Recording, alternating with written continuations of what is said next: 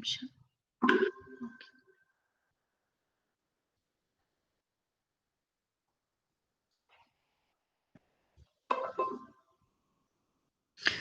Good morning, students. Slides are visible, right? Tell me yes or no. Slides are visible? Yes, ma'am. Okay, I will start. So in the last class, I started the third module. In the third module, I started with the chapter fault-based testing. So after completing this, I'll start the structural based testing. So in the fault based testing, in the last class, I explained what is the fault based testing method and why it is important. Then I discussed about the terminologies used in the fault based testing, and after that I explained the mutation analysis. What are mutants, what is a mutant, what are mutants, and what are different mutant operations that we are using. And also I explained the set of mutation operators for the C language. Today you are going to study about fault adequacy criteria, and after that you are going to study about the fault mutation analysis. So first we'll start with the fault-based adequacy criteria. Let us consider that the program is given and the test suite or the set of test cases is also given. Then we have to perform the mutation analysis, and the mutation analysis consisting of the different steps. The first step is selection of the mutation operation, or sorry, selection of mutation operator, and the second step is generation of the mutants, and third step is distinguishing the mutants. So these are the following steps we need to follow in the mutation analysis. So first one is selection of mutation operator. So in this step we have to select the mutation operators relevant to those faults, because see here, once we have considered the developed program for the testing, for that we are developed the different test cases, and we have also identified the faults, right? So then we have to identify the mutation operators relevant to those faults. That is the first step.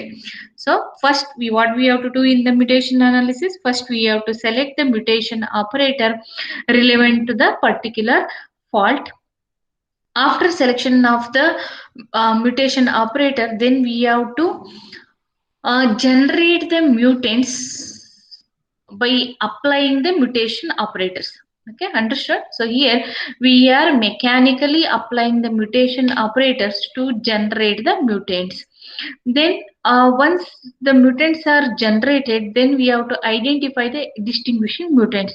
How we are identifying the distinguishing mutant? By executing the original program and each generated mutant with the test case. A mutant is killed when it can be distinguished from the original program. So, so first what we have to do? So here we have to execute the original program. In the last class, I explained the what is the original program and the program with the fault or the mutant. That also I explained. So first I will tell you what is the original program is. The original program is nothing but the program or the procedure that the developers implemented and that is going to be tested is called the original program. Understood all of you? What is the original program? Original program is the program that is developed originally by the developers and that is going to be tested. That is called as the original program. Then what a mutant is? See here, in the second step we are generating the mutants. So first you have to know what a mutant is. So a mutant is a program that differs from the original program for any syntactic change in the element or any syntactic element change that I explained in the last class. So for example, let us consider we have a original program, and in the original program we are changing any syntax of the program in any line, and the resultant program is said to be a mutant.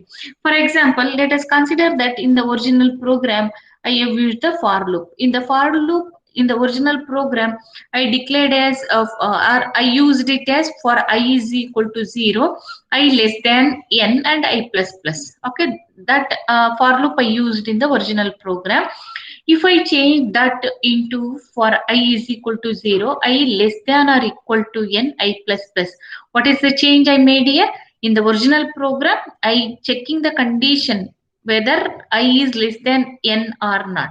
But in the modified program, I am changing that for loop into I is less than or equal to n. So that syntax I changed from less than n to less than or equal to n, and the program that is changed syntactically, and that is called as the mutant. Understood all of you what is a mutant? Clear? Then we are using different mutation operators. These mutation operators are nothing but the rules for producing a mutation program or producing a mutant program. Understood what is a mutation operator? Mutation operator is nothing but a rule for producing a mutant program. So what is a mutant program? That is syntactically changed, right? That is called as the mutant. And to develop the mutants, we are using the set of rules, and those rules are said to be mutation operators. Understood? What are the original program? Because these three terminologies are used in these steps. First one is executing the original program. So you need to know what is the original program is. Next, generating the mutants. I said what is a mutant is. Then what is a mutation operator? To generate the mutants, we are using the mutation operators. These mutation operators are nothing but the rules for producing the mutants, are the rules which are used to generate the mutants are said to be mutation operators. Understood? And these steps are followed in the mutation analysis. So first one is selecting the mutation operator. By using the mutation operator, we are generating the mutants, and once mutants are generated, then we are executing the original program and the generated mutant with the test case. A mutant is killed when it is distinguished from the original program. Means if the original program and the generated program or the generated mutant are distinguished, then that particular mutant is going to be killed, and then we say that the mutant is a distinguished mutant. Understood? So what is a distinguished mutant? After executing the original program and each generated mutant with the test case t, a mutant is killed when it can be distinguished from the original program. So if the generated mutant and the original programs are different, and then we say that the generated mutant is a distinguished mutant, and that mutant is killed when it is distinguished from the original program. So these are the three steps you need to follow in the mutation analysis. Understood? Any doubt in this, in the fault based criteria? Okay, we'll start with an example. So let us consider an example of a hospital site that lets new users register.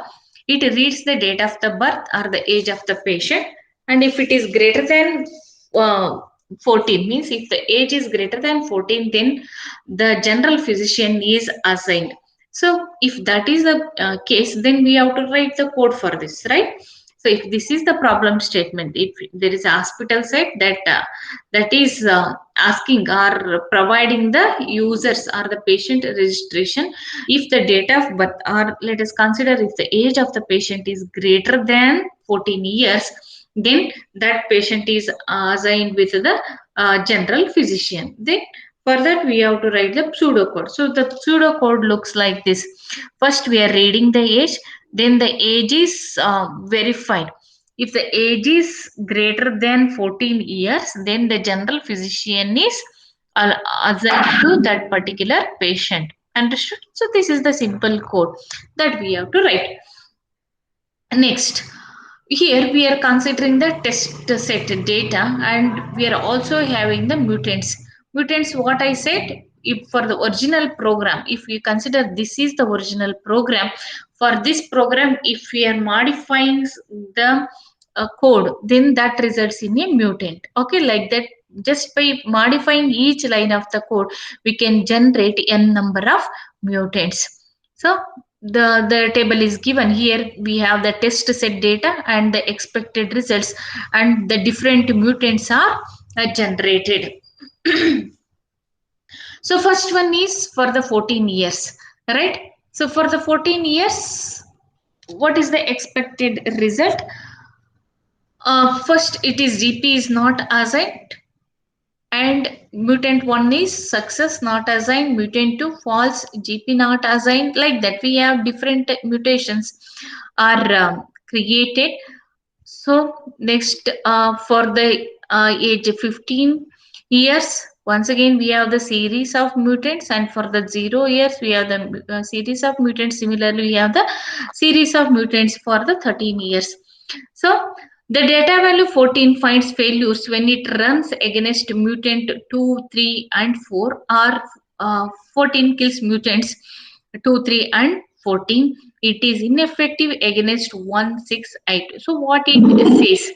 So here, this says that what is the problem statement given? In the problem statement, if patient age is greater than 14 years, then the general physician is assigned to that patient. That is the problem statement. For that, we have written the code. So like that, for this code, we have modified and generated different mutants. So first is the 14 for 14 years. So when we are executing the different mutants, so the result is given here. It runs against mutant 3, 2, 3, and 4. So what are the mutants 2, 3, 4? 2, 3, 4 are the fails GP not assigned, fails GP not assigned, fails GP not assigned, and nothing happens. So these mutants fails uh, when for the 14 years this particular age is given, only the mutant 1 is success, and the mutants 2, 3, 4, 4 are uh, failed, and the mutants 1, 6, and 8 have not doesn't have any effect on the that particular age or that particular program, we can say. Okay, so 2, 3, 4 fails, and next one is 1, 6, and 8 doesn't have any effect. If data set kills all mutants, it is effective. Means see here, the data set is given. What is the data set is given here? 14. And if it kills all the mutants, then we say that that particular data set is effective. But here the 14 which kills only the mutation 1, and the 2, 3, 4 are failed, and it doesn't have any effect on the 6 and 8, and hence we say that it is not effective. Similarly, the data set for 15, 15. So here for this, uh, just a minute, for this it is the mutant 1 and 2 failed, and 4 is also failed, and the fifth mutant, that is mutant 6, is also failed. And so for this mutant 8 is a success and it is killed, and mutant 3 is also killed, but for the mutant 5 nothing is happened. So for the data set 15, the mutants mutant 1, mutant 2, mutant 4, and mutant 6 are failed, and only mutant 3 and 8 are success and they are killed, and the mutant 5 doesn't have any effect. So then we say that the mutant the data test case data, that is 15, is not effective. When we say that it is effective, if it kills all the mutants, then we say that the data set is effective. So but if we consider this data set 14, 15, 0, and 13, we say that none of the data set are effective, because none of the data set is killing all the mutants. Then so we say that it is not effective. If it kills all the mutants, then we say that the data set is effective. So if it is not effective, then what we have to do? We have to include more or better test data so that it kills all the mutants. But here, for example, 14 kills 2, 3, and 4. 15 kills 1 and 1 2 4 and so on, right? So let us consider here. uh, so if we are selecting the better data set, then it should kill all the mutants. So single data set, by use just by using a single data set, it is not possible to kill all the mutants, and hence we can make use of the set of data. Okay, or we can use different data sets though, so that the combination of those data sets may kill all the mutants. Then we say that the set of mutants are effective. So this is the given. Okay, mutant 5, 7, and 8. So these are the mutants we have defined. So hence, after verifying this table, see here, so many mutants are there. But even if you use 4 data sets, these data sets are not able to kill all the mutants. Then we say that the mutants are not effective, or the mutants are not at all useful. So we have to avoid such type of mutants. And here, what type of mutants we have to avoid is syntactically incorrect or stillborn mutants.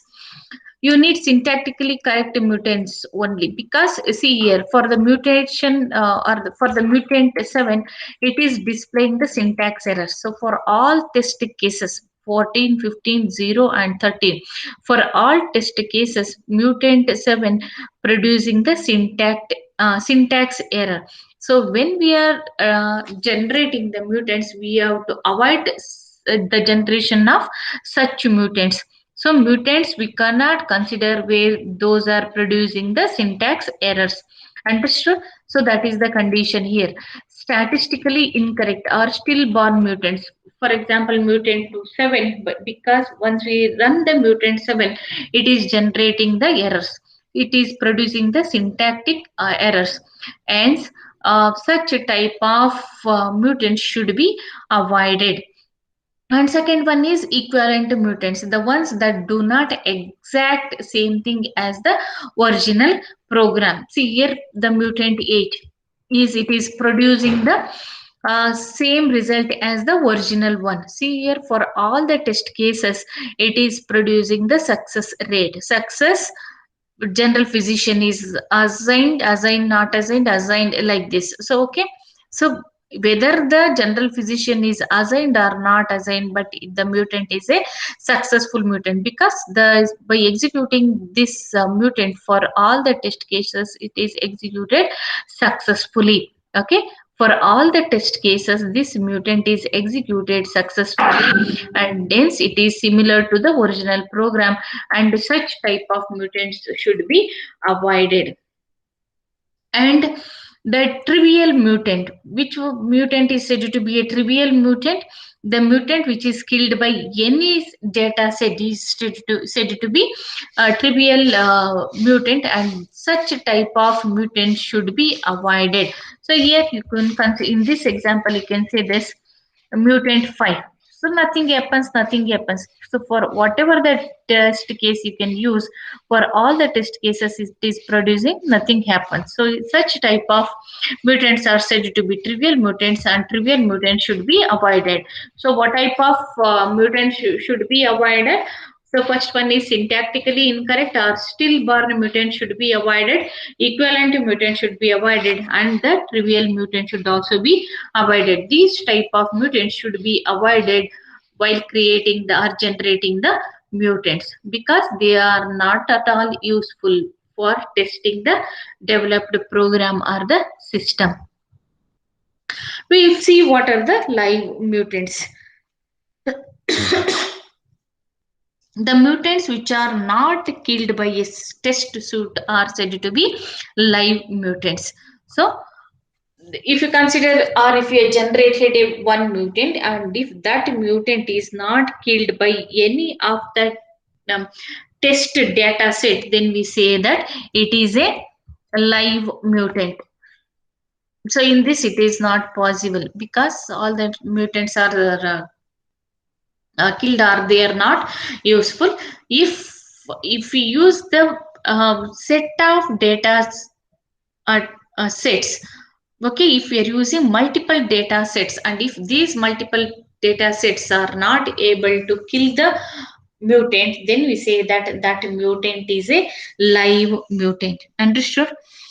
So a mutant is said to be a live mutant if it is not killed by any data set.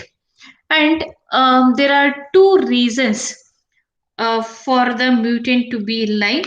So first one is the mutant cannot be distinguished from the original mutant. Okay, the mutant which is not distinguished from the original mutant, or the mutant is equivalent to the original program, and the test to suit does not contain a test case that distinguishing that mutant. So consider that we have the mutant 1 and the original program. The mutant 1 is said to be a live mutant if it is equivalent to the original program, or if it is not distinguished by the are distinguished from the original program. When it is not distinguished from the original program, if the test case T doesn't contain a test case that distinguishing the original program and the mutant. Okay, because to test the program we have defined the test cases, right? And when we are using those test cases on the original program and the mutant program, if those test cases are unable to distinguish the mutant and the original program, then we say that the mutant cannot be killed by the cannot be killed, and that mutant is said to be a live mutant. Because here one example, um, if you give a condition, initially it was x less than 0, and if you changing to x is less than or equal to 0, so this is not at all changing the output. Okay, this output will be same, and hence the seeded fault is not really a fault. Because how this is generated, because in the original program we have defined it as x is less than 0. After that we are changing it to x is less than or equal to 0, means here we are syntactically changing the program, and that results in a mutant. Okay, and this fault is seeded as a this fault is treated as a seeded fault. Why it is treated as a seeded fault? Because we are generating the new fault by what we are by modifying the condition from x is less than 0 to x is less than or equal to 0. Okay, in this case the output is not changed even if we change it or modify the program. Okay, then we say that the mutant is not killed and the mutant is not distinguished from the original one. So then it's a very difficult task to determine whether the mutant is equivalent to the original program or not. So it is a hard or it is a difficult thing in or determining the mutant and the original program whether they are equivalent or distinguished. It's a very difficult task because it takes more time, and in the worst case it may take more number of operations, and it leads to the very complicated task. And by using this we can decide, because it is a decidable, we have to decide whether that mutant is equivalent to the original program or not, that we have to decide. Hence deciding that is a difficult task because it will require more number of operations. That is the one reason, right? The mutant is live. When the mutant is live, the first case is the mutant may be equivalent to the original program, or we say that the mutant cannot be distinguished from the original program. But the test case T does not contain a test case that distinguishes the mutants. Okay, that is the first reason. And second one is the test suit could be inadequate. The test suit should can be inadequate or could be inadequate means if the mutant could have been killed but it was not, it indicates a weakness in the test suit.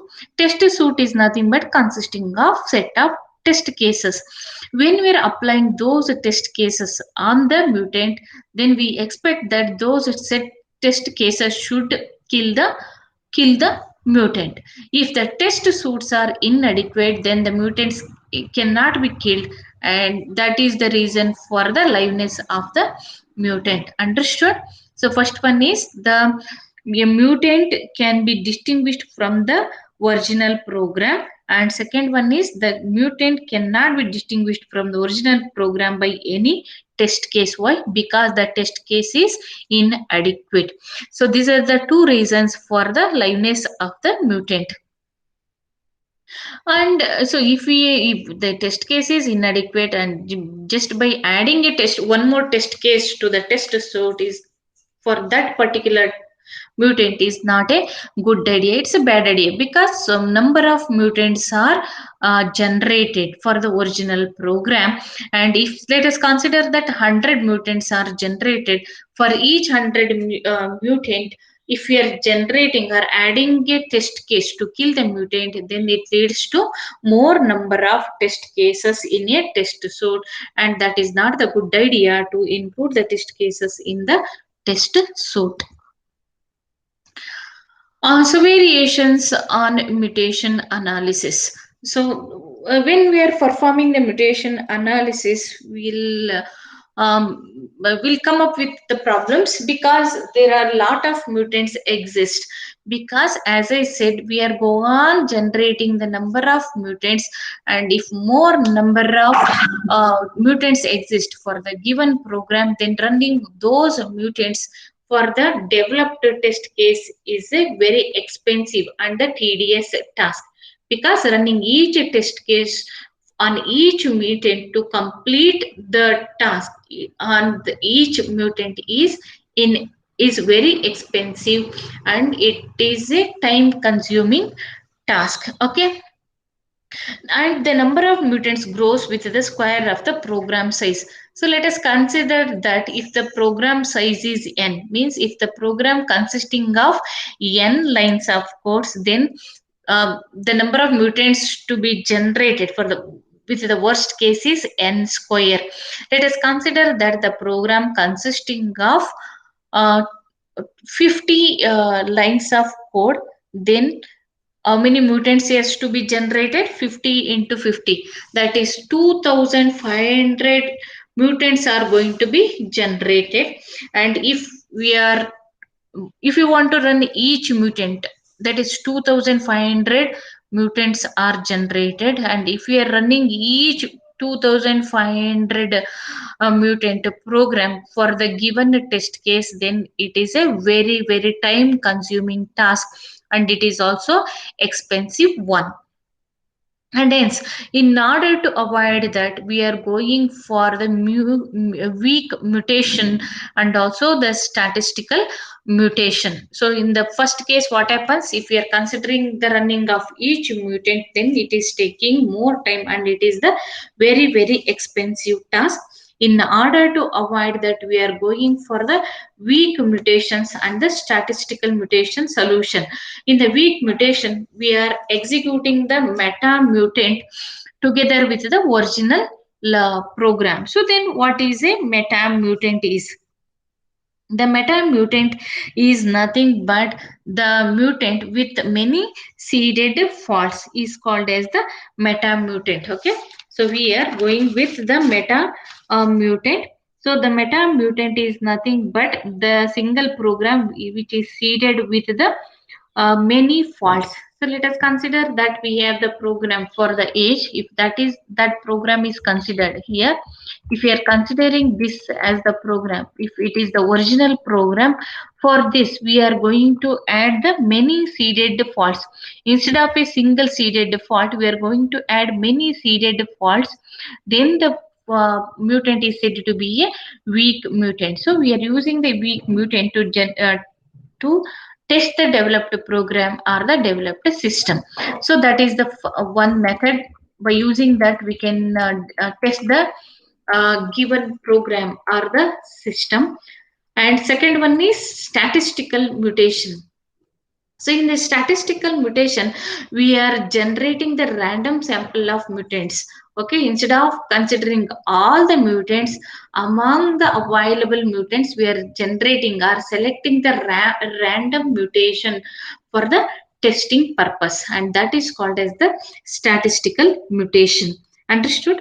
The weak mutation and the statistical mutation.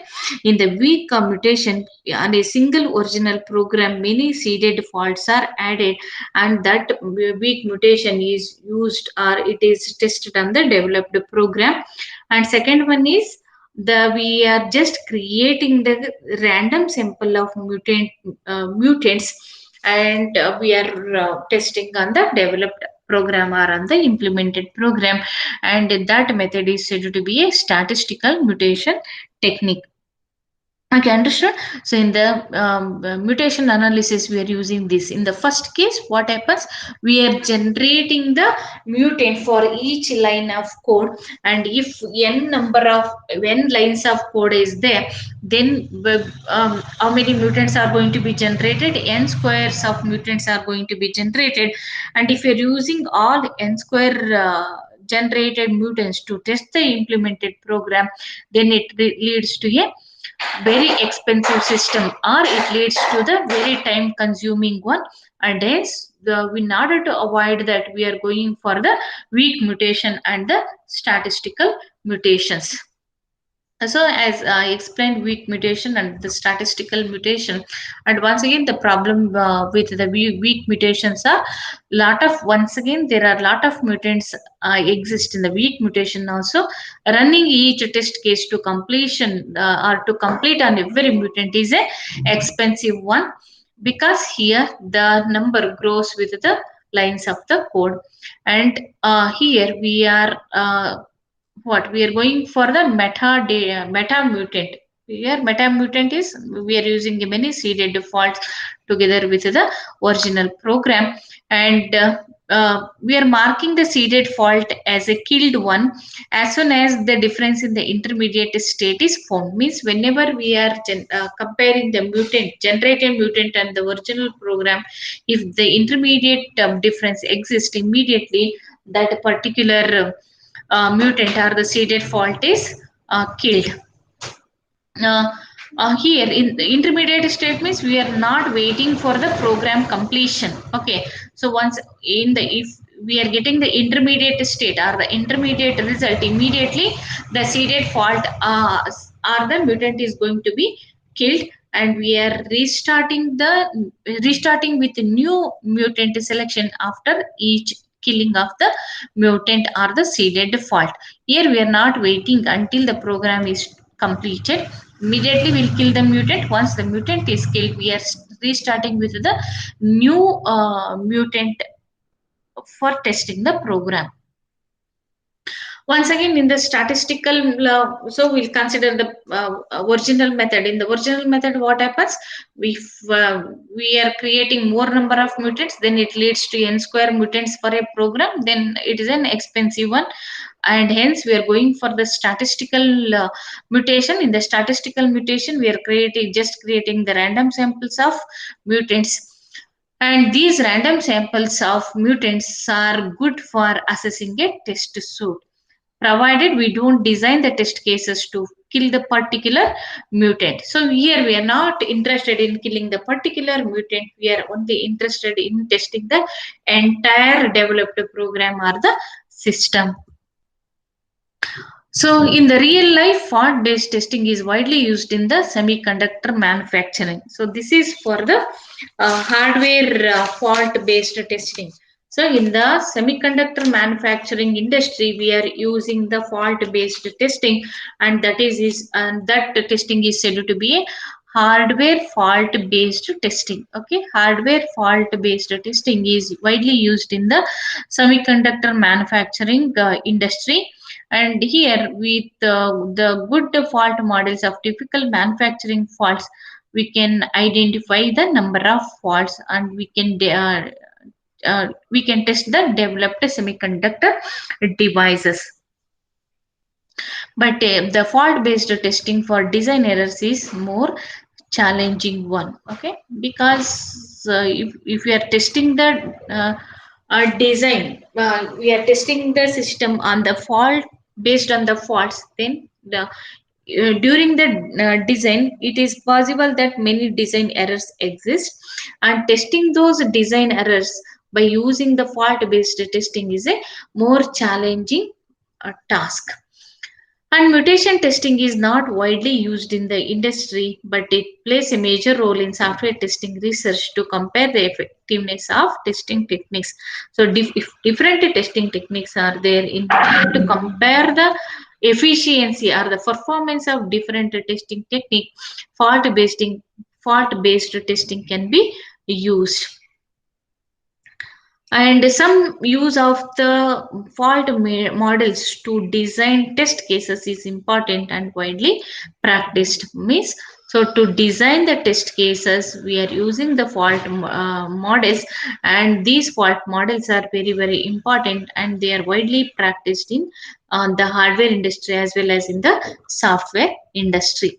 So this is about the fault based testing. So in the fault based testing, so far we discussed about what is a fault based testing, what is the importance of fault based testing, why we are going for based testing.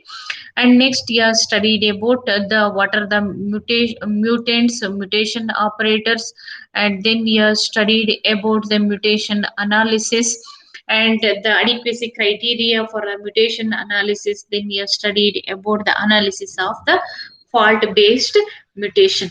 So this completes the chapter 16, and in the next class I'm going to start the chapter number 12, that is structural based testing. Okay, any doubt, Gaurav, Raghavendra and Misbah? No, ma'am. Okay, understood all of you? Raghavendra, Gaurav, understood all of you? Any doubt in the fault based testing? No, No, ma'am. ma'am. Okay, then I will stop here itself.